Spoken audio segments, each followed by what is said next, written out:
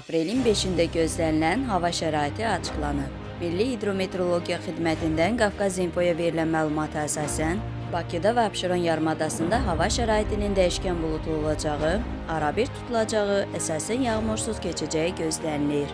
Lakin gündüz bəzi yerlərdə yağış yağacağı ehtimalı var.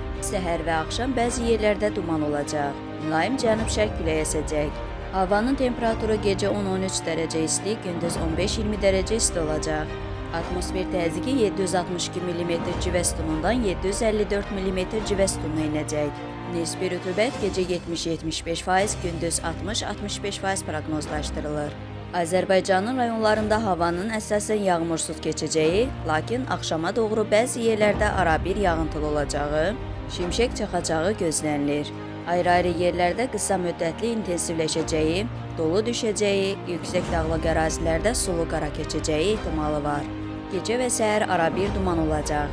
Qərb küləyi bəzi yerlərdə arabir güclənəcək. Havanın temperaturu gecə 9-13 dərəcə isti, gündüz 20-25 dərəcə isti. Dağlarda gecə 2-7 dərəcə isti, gündüz 12-17 dərəcə isti olacaq.